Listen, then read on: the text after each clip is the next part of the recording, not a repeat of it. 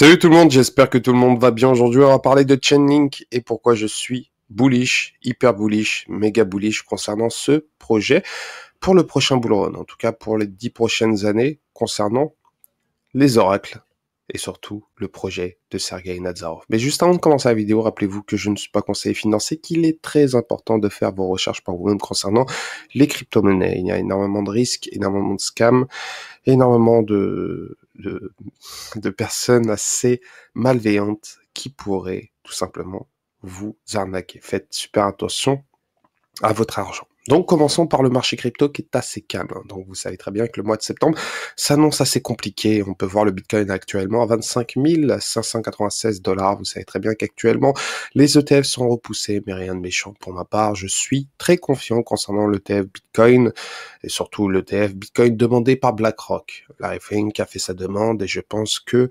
la SEC devra tout simplement plier tout simplement face à la Link. En tout cas, si BlackRock obtient son ETF, le marché pourrait repartir en hausse, voire même mieux.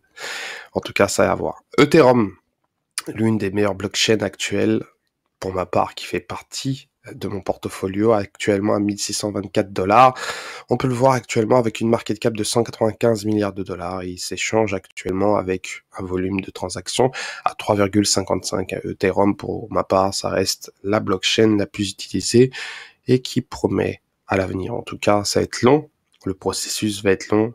Et ce qui est intéressant, c'est de voir ce qui pourrait se passer dans les mois à venir concernant ce projet-là. BNB actuellement à 213 $. Binance de CZ.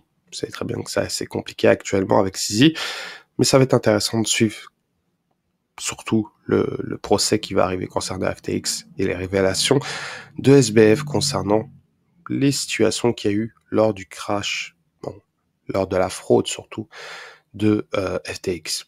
XRP actuellement à 0,49, actuellement toujours dans l'attente d'une réponse favorable du procès. Faudra attendre. C'est une question de patience. Je pense que Ripple devrait gagner normalement, mais faisons attention, car là je vais parler d'un sujet lié à Chainlink et ça va être intéressant de voir Swift, car Swift en train d'avancer ses pions et ça va être intéressant de voir ce qui pourrait se passer. Cardano qui est actuellement à 0,25 $. Cardano qui a connu une baisse cette année à 45,8%. C'est énorme, ça reste quand même une très belle blockchain. En plus, derrière, il y a Charles Hoskinson. La communauté est forte et le projet est très prometteur. En tout cas, pour ma part, je pense que ce projet mérite d'être surveillé. Malgré tout, malgré ce qu'on entend, ça reste un très beau projet. Derrière, on peut voir Dogecoin d'Elon Musk autour des 6 centimes. On peut voir Solana actuellement à 19,32. Donc Solana fait un marketing assez extraordinaire grâce à son smartphone qui n'a pas réellement connu de hype, mais malgré tout, il se développe petit à petit. Ça pourrait être à l'avenir une très belle blockchain, faudra suivre. En tout cas, pour ma part, je suis pas trop sur Solana, mais ça surveille. Tron derrière à 7 centimes qui se stabilise. On peut voir Polkadot. Polkadot de Gavin Wood actuellement à 4,22, c'est vraiment pas cher. Pas cher, on est au plus bas, voire au même plus bas lors de son lancement. Et je pense que à ce prix-là, c'est vraiment une aubaine. En tout cas pour ceux qui suivent le projet Polkadot. Polygon, pareil, 0,54. Très bas actuellement avec une market cap de 5 milliards de dollars. Le Litecoin actuellement à 4,63 avec 62 $. Il a baissé. Bon, Litecoin, ça a surveillé quand même malgré tout. Les institutions, surtout EDX Market, l'a listé avec Bitcoin Cash et Ethereum et Bitcoin.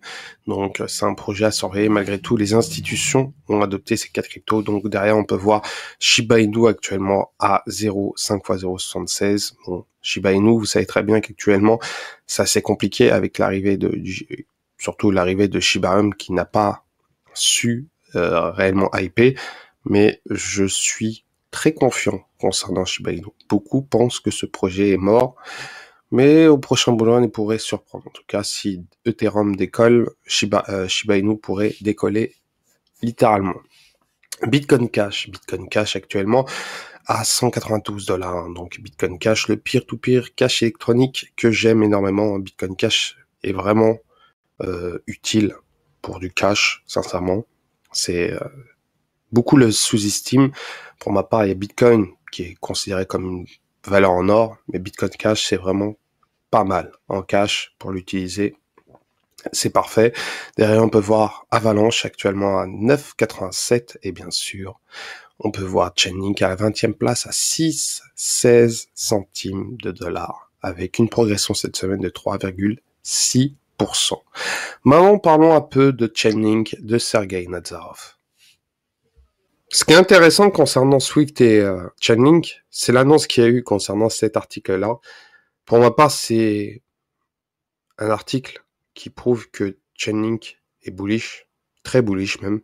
Donc Swift s'est associé avec Chainlink pour mener des expérimentations dans le domaine de la blockchain et la tokenisation. Ils sont partenaires, donc ils ont l'objectif d'expérimenter tout simplement et de moderniser les infrastructures financières traditionnelles pour les adapter tout simplement à la blockchain et à la tokenisation.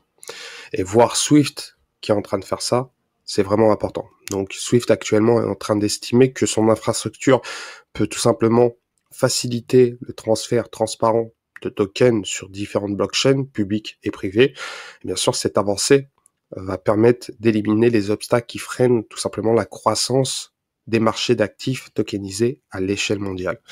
Et ça va énormément perturber un projet, c'est le projet XRP. Swift est actuellement en train de profiter tout simplement du retard, peut-être entre guillemets, de Ripple pour avancer son adoption, pour sa transition indirectement vers le monde tokenisé. Et le principal défi actuellement est de relever tout simplement l'interopérabilité entre différentes blockchains. C'est vraiment très important, car chacune a ses propres fonctionnalités et liquidités.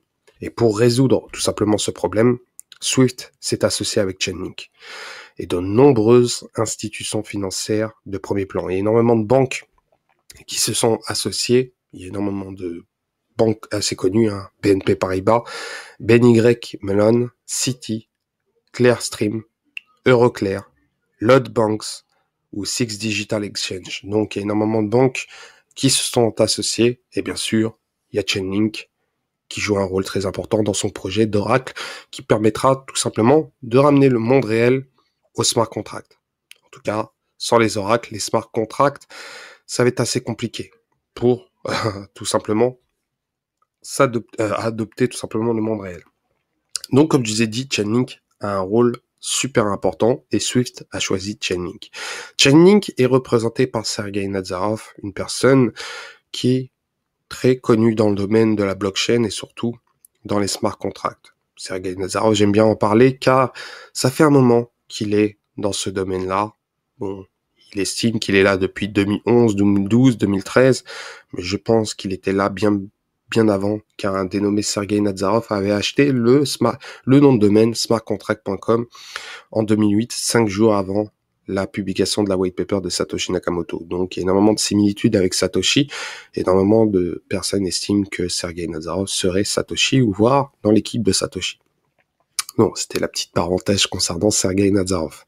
Donc, Swift va permettre tout simplement et surtout de démontrer la faisabilité de cette approche pour tout en préservant sa position en tant que leader et acteur incontournable de la scène financière, car elle sait actuellement qu'elle est dans une situation assez compliquée, pas assez compliquée, mais elle a une opportunité de rester numéro 1, sachant que XRP, Ripple pourrait la doubler à l'avenir.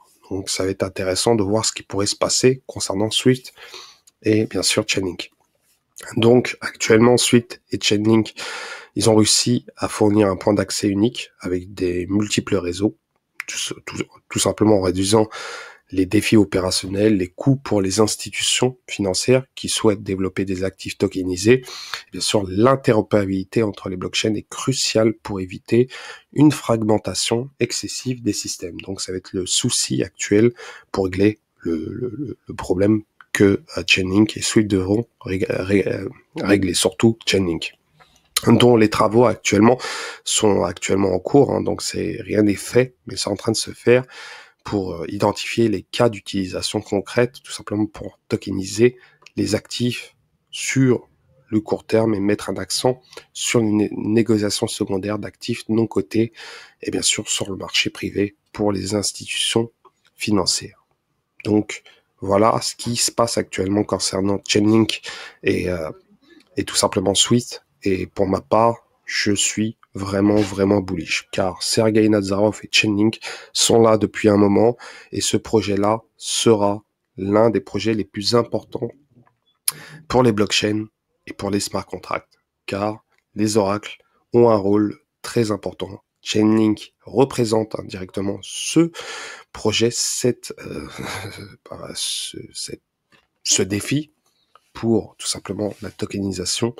Et je pense que Sergei Nazarov a les épaules pour réussir ce projet. En tout cas, il a un boulevard. Il n'y a pas de projet actuellement que je connais réellement qui sont capables de faire mieux que Chainlink actuellement concernant les oracles. Et je pense que ce projet pourrait littéralement exploser à l'avenir. Donc c'est un projet long terme. Et Chainlink fait partie des icônes les plus solides, et voire même très solide comparé à certaines blockchains, car ça touche les oracles. Et bien sûr, Chainlink a énormément de partenariats. On peut voir Cardano, Ethereum, donc il y a énormément de blockchains qui travaillent avec Chainlink.